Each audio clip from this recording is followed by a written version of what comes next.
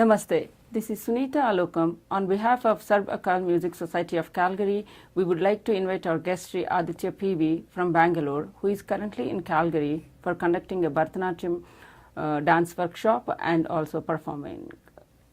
Adithya is recognized as the most promising male dancer in Bharatanatyam with utmost dedication to the art. Adithya, you have such captivating stage performance with impeccable clarity in movements and exquisite abhinaya. So, could you explain the main aspects of Bharatanatyam and then tell us how you got involved into this? So, Bharatanatyam is a Indian classical dance. It is one of the 8 classical dances of India, which belongs to the south of India, which is Tamil Nadu. And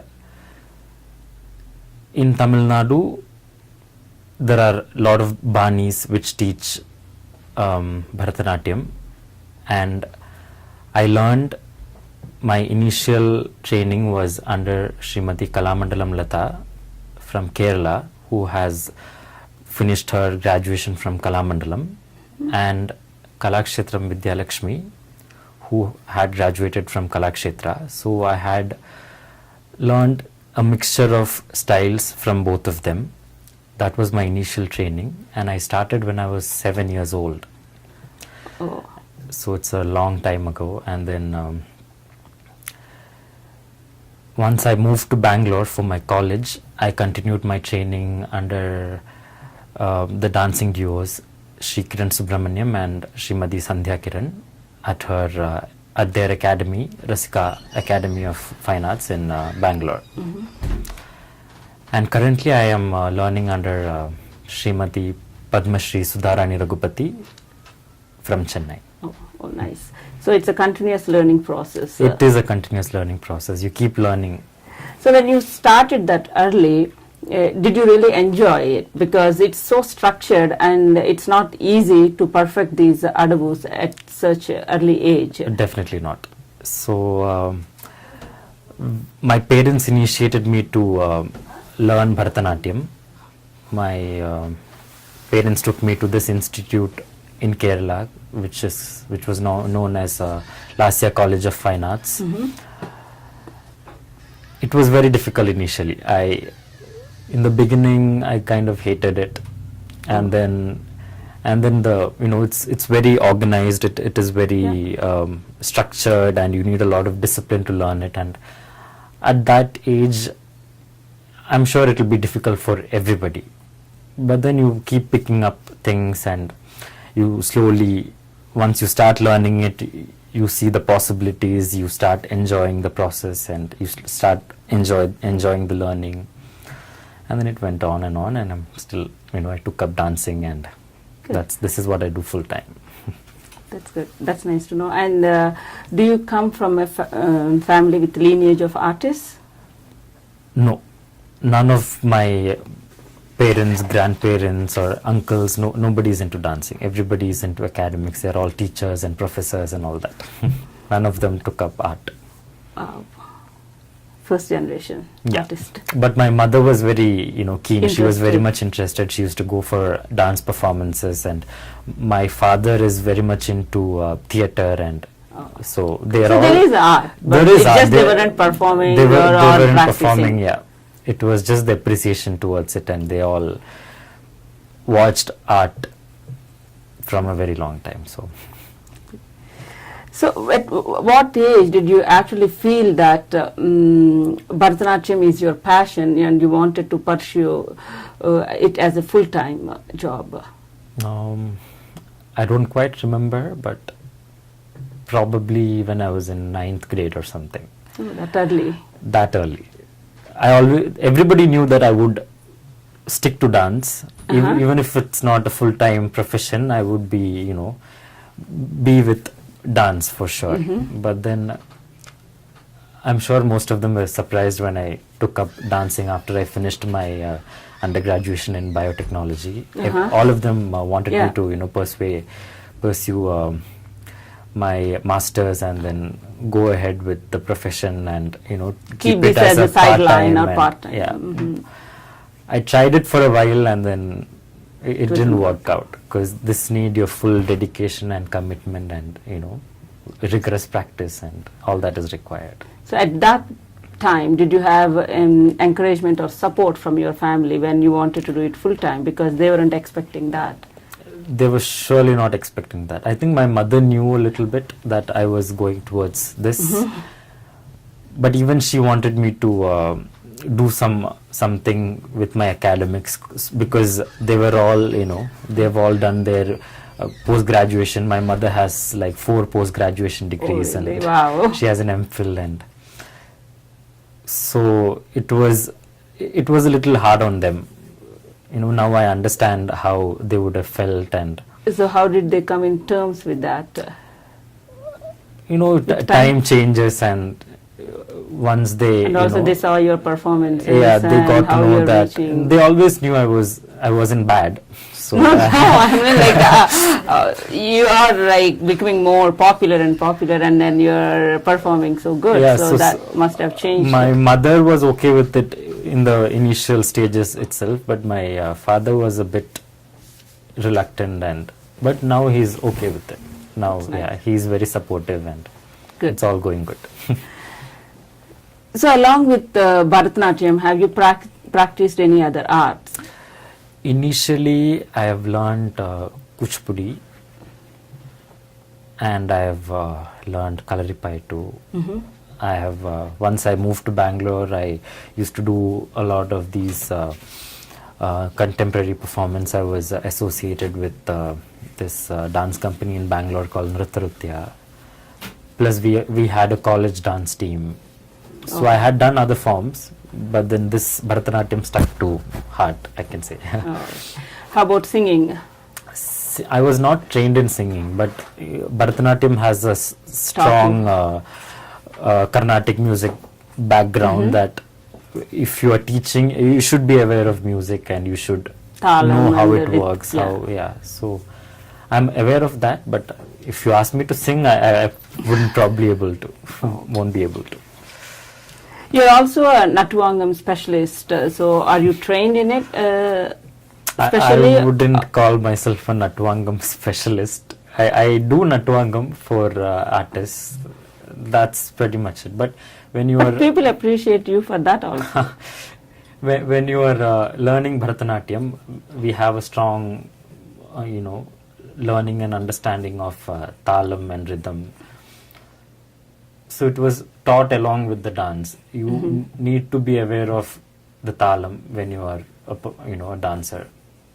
So Natuvangam was also a part of it. Oh. I did a course in Bharatanatyam. I finished my Vidvat, so Natuvangam was part of it. And my teachers, Sri Kiran Subramaniam, is very much known for his maestry in talam. Oh. So I So picked you it up did get from some him. training, some sort of. Yeah, I did. And then it's mostly in classical art form especially, there's a lot of learning through observation and with just watching things you learn a lot. True. And his senior disciple Srimati Shri Ramya Janaki Raman is also very good in Natuvangam. So I had a lot of training from her in talam. So if you have a strong basic, you can build on things. So how deeply do you get involved with the choreography and compositions for your performances?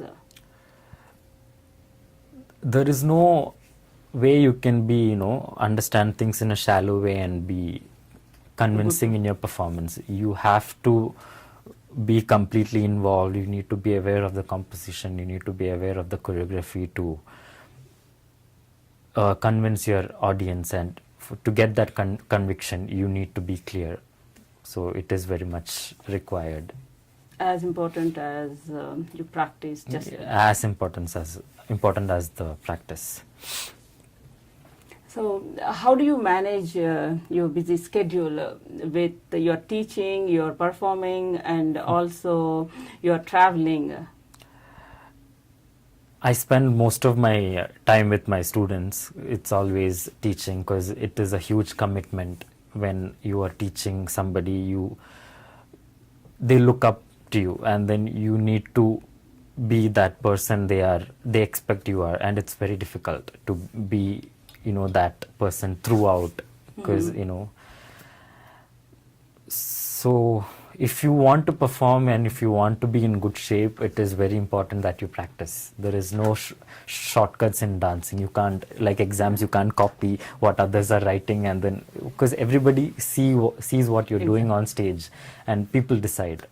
So it is very important that you find time, you create a schedule that where you have enough time for everything. So it's all balanced. Right. Do you really enjoy teaching kids? I do. What aspects do you emphasize on while you're teaching? Initially, when they come, it's mostly, for them to get comfortable with the art form. If you're very,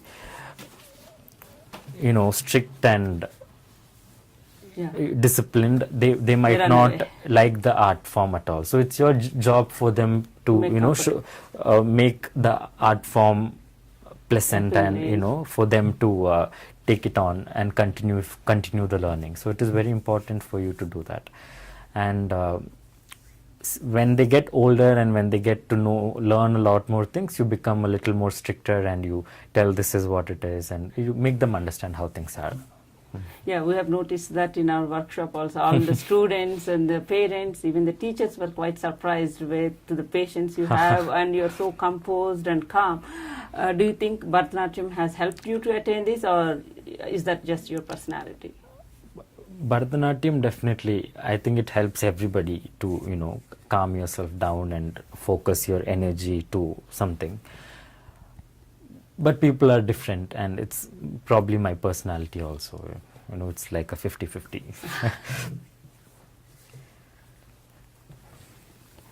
So what's the biggest difference you have noticed between the students learning outside India and the students learning within India? You are also teaching the students in India, so what's the biggest difference you have seen?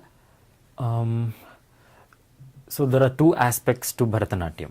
For those of you who are initiated to it, there is Nritta and there is Abhinaya. Nritta is the very structured geometrical format where you learn, the basics, the Natyarambas, all that. And there is the Abhinaya, which is the internal world. So when it comes to Nritta, I see it's mostly the same.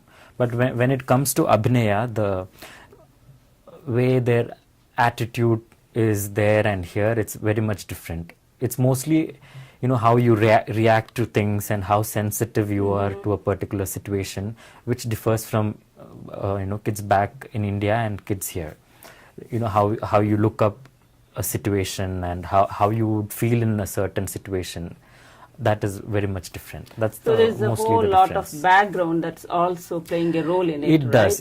It plays a huge role in what you do.